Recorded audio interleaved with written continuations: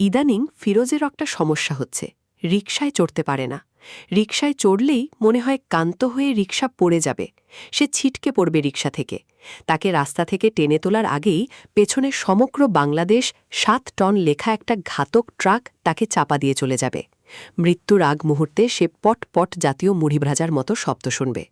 শব্দটা ট্রাকের চাকার নিচে তার মাথার খুলি ভাঙার শব্দ। মৃত্যুর আগের মুহূর্তে যে গন্ধ তার নাকে ঢুকবে সে গন্ধটা হল পেট্রোলের গন্ধ এবং ট্রাকের চাকার গন্ধ। শেষ দৃশ্য হিসেবে দেখবে ট্রাকের মাডাগার্ড।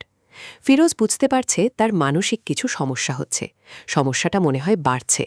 রিকশায় উঠেই সে সারাক্ষণ পিছন দিকে তাকিয়ে থাকে। এই বুঝি ট্রাক এলো। বিদেশে এ জাতীয় সমস্যা হলে লোকজন আতঙ্কে অস্থির হয়ে সাইকিয়াট্রিস্টের কাছে চলে যেত। বাংলাদেশে এর চেয়ে ভয়াবহ সমস্যা নিয়ে লোকজন সুস্থ স্বাভাবিক মানুষের মতো ঘোরাফেরা করে। সে যেমন করছে। ফিরোজের ধারণা সে পুরোপুরি না হলেও অস্বাভাবিক একজন মানুষ, যে রিকশা পছন্দ করে না, তারপরেও প্রায় সারাদিনই রিকশার ওপর থাকে। রিকশা ভাড়া করে ঘণ্টা হিসেবে। সারাদিনের জন্য ভাড়া করলে সস্তা পাওয়া যায়। সূর্যোদয় থেকে সন্ধ্যা পর্যন্ত ভাড়া ২০০ টাকা। দুপুরের খাবার, বিকেলের নাস্তা এবং মাঝে মধ্যে চা এই ২০০ টাকার বাইরে। এর মধ্যে বেশ কয়েকবার ফিরোজ সারাদিনের জন্য রিকশা ভাড়া করেছে। আজও করেছে। গত কয়েক মাস ধরে তাকে বিচিত্র সব জায়গায় অদ্ভুত অদ্ভুত সময়ে যেতে হচ্ছে। আজ দুপুর ২টা দিয়ে এক ভদ্রলোকের সঙ্গে সে দেখা করবে। ভদ্রলোকের নাম রকিব। তিনি নাকি থিওসফিক্যাল সোসাইটির সদস্য, বিখ্যাত মিডিয়াম। হারানো মানুষ সম্পর্কে অনেক কিছু বলতে পারেন। অনেকের অনেক হারানো ছেলেপুলে সম্পর্কে নির্ভুল সংবাদ দিয়েছেন। ভদ্রলোক ফ্রড না, কারণ তিনি টাকা পয়সা নেন না। তবে ফ্রড না হলেও বিরক্তিকর মানুষ তো বটেই। কয়েকদিন পরপর আসতে বলেন এবং অদ্ভুত অদ্ভুত সময়ে আসতে বলেন। দুপুর ২টা, বিকাল ৩:৩০। ভদ্রলোক কথা বলতে পছন্দ করেন। সব কথাবার্তাই পরকাল, মন্ত্রতন্ত্র, ভূতপ্রেত বিষয়ক। দুপুরবেলা ভূতপ্রেতের কথা শুনতে ভালো লাগে না। ফিরোজ গম্ভীর মুখে শুনে যায়। গরজটা তার। গত কয়েক মাসে ফিরোজের কিছু অভিজ্ঞতা হয়েছে।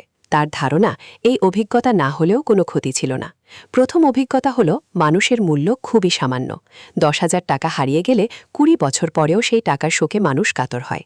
মানুষ হারিয়ে গেলে ৪-২০ পরেই আমরা মোটামুটিভাবে তাকে ভুলে যাবার চেষ্টা করি। দ্বিতীয় অভিজ্ঞতা হচ্ছে হারানো মানুষ খুঁজে বের করার কোনো পদ্ধতি বাংলাদেশে নেই। থানায় গেলে পুলিশ অফিসার বিরক্ত মুখে বলেন, জিডি এন্ট্রি করুন, বলেই তিনি হাই তোলেন। মানুষ হারানোর সংবাদ পুলিশের কাছে হাই তোলার মতো ব্যাপার। ফিরোজ থানার সেকেন্ড অফিসারের হাই অগ্রাহ্য করেই জিডি এন্ট্রি করিয়েছিল। তারপর জিজ্ঞেস করেছিল, এখন কি? সেকেন্ড অফিসার বিস্মিত হয়ে বললেন, এখন কি মানে? জিডি এন্ট্রি তো করানো হলো, এখন আপনারা কি করবেন? আমরা অ্যাকশন নেব। কি অ্যাকশন নেবেন? কি অ্যাকশন নেব সেটা তো আমাদের ব্যাপার, আপনার কিছু না। ফিরোজ অত্যন্ত বিনয়ের সঙ্গে বলল, আমি আসলে জানতে চাচ্ছি নিখোঁজ মানুষের বিষয়ে আপনারা কি করেন? সব থানায় ইনফর্ম করা হয়। তারপর মানে? সব থানায় আপনারা জানালেন, তারপর থানাগুলি থেকে কি করা হয়? সেকেন্ড অফিসার বিরক্ত হয়ে বললেন, সত্যি কথা জানতে চান? কিছুই করা হয় না। কিছুই করা হয় না? কি করা হবে? আপনার কি ধারণা থানার স্টাফ হ্যারিকেন জ্বলিয়ে আপনার ভাইকে খুঁজতে বের হবে? খুন, ধর্ষণ, ডাকাতি দেখেই এরা কুল পায় না, মানুষ খুঁজে বেড়াবে কখন? রেকর্ডের জন্যে দেই, একটা রেকর্ড থাকলো। থানার রেকর্ডের গুরুত্ব অনেক বেশি। এই রেকর্ড থেকে অনেক গুরুত্বপূর্ণ জিনিস বের হয়ে আসে। এমনও তো হতে পারে যে আপনি আপনার ভাইকে খুন করে ডেড বডি গুম করে থানায় এসে জিডি এন্ট্রি করালেন, ভাই মিসিং। হতে পারে না? জি না, হতে পারে না। আপনার কাছে হতে পারে না, কিন্তু অনেকের কাছে হতে পারে। আমার চাকরি বেশি দিন হয়নি, এর মধ্যেই এ ধরনের কেস গোটা 10 দেখেছি। বলেন কি? খুব বেশি দুশ্চিন্তা করবেন না। অল্প বয়সী মেয়েটে হারিয়ে গেলে টেনশনের ব্যাপার থাকে। মেয়েরা ব্রেথেলে চলে যায়, বিদেশে চলে যায়। যৌনকামী হিসেবে বিদেশে বাংলাদেশি মেয়েদের সুনাম আছে। কি বলছেন এসব? শুনতে খারাপ লাগছে? সত্যি কথা শুনতে সবসময় চিরতার পানির মতো লাগে। চিরতার পানি খেয়েছেন? না খেলে খাবেন। রবীন্দ্রনাথ ঠাকুর খেতেন, শরীরের জন্য ভালো। শরীরটা ভালো রাখুন, হেলথ ইজ ওয়েলথ। তাহলে আমি কি ধরে নেব আপনারা আমার নিখোঁজ ভাই সম্পর্কে কিছু করবেন না? কিছুই ধরে নেবেন না। একটা ভালো উপদেশ দেই, শুনুন। ভাইয়ের ছবি দিয়ে পত্রিকায় বিজ্ঞাপন দিতে থাকুন। চালু পত্রিকাগুলিতে প্রতিদিন বিজ্ঞাপন দিন। খবরদার কোনো পুরস্কার ঘোষণা করবেন না। পুরস্কার ঘোষণা করেছেন কি মরেছেন, জীবন অতিষ্ঠ হয়ে যাবে। ভালো একটা উপদেশ ফি ছাড়া আপনাকে দিলাম। গত কয়েক মাসে ফিরোজের অন্যতম ও প্রধান কাজ হয়েছে উপদেশ শোনা এবং প্রতিটি উপদেশ মানার চেষ্টা করা। পত্রিকায় বিজ্ঞাপন দিয়েছে, শুরুতে প্রতিদিন, তারপর সপ্তাহে একদিন, তারপর একটি পত্রিকায় প্রতি 15 দিনে একবার।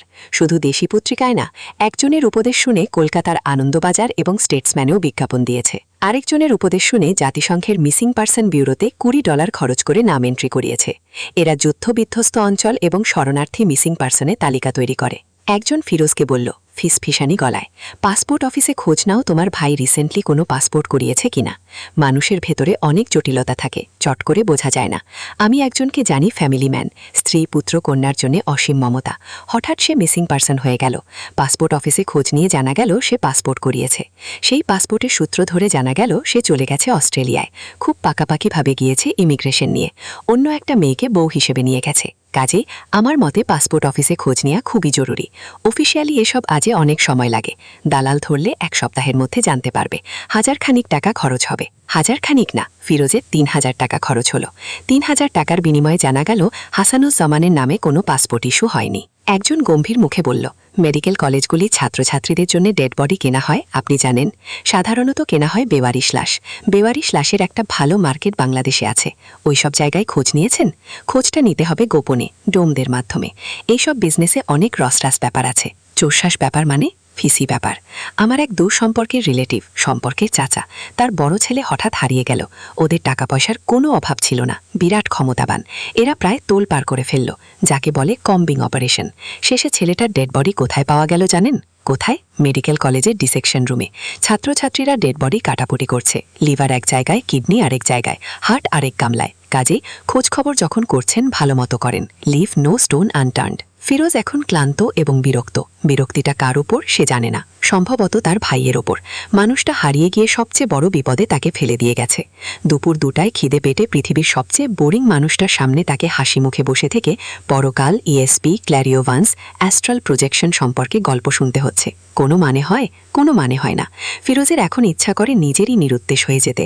এক সকালবেলা ঘুম থেকে উঠে চা খাবে, চায়ের সঙ্গে সিগারেট, তারপর ভালো একটা পায়জামা পাঞ্জাবি পরে হাসি মুখে ঘর থেকে বের হওয়া এবং আর ফিরে না আসা। রকিব সাহেব বাসায় ছিলেন। একটা বাচ্চা ছেলে এসে বলল, আব্বুর জ্বর, শুয়ে আছে। ফিরোজ বলল, আমি কি চলে যাব? ছেলেটি বলল, আপনাকে বসতে বলেছে। রকিব সাহেব 1 ঘন্টা পর গায়ে একটা চাদর চড়িয়ে উপস্থিত হলেন।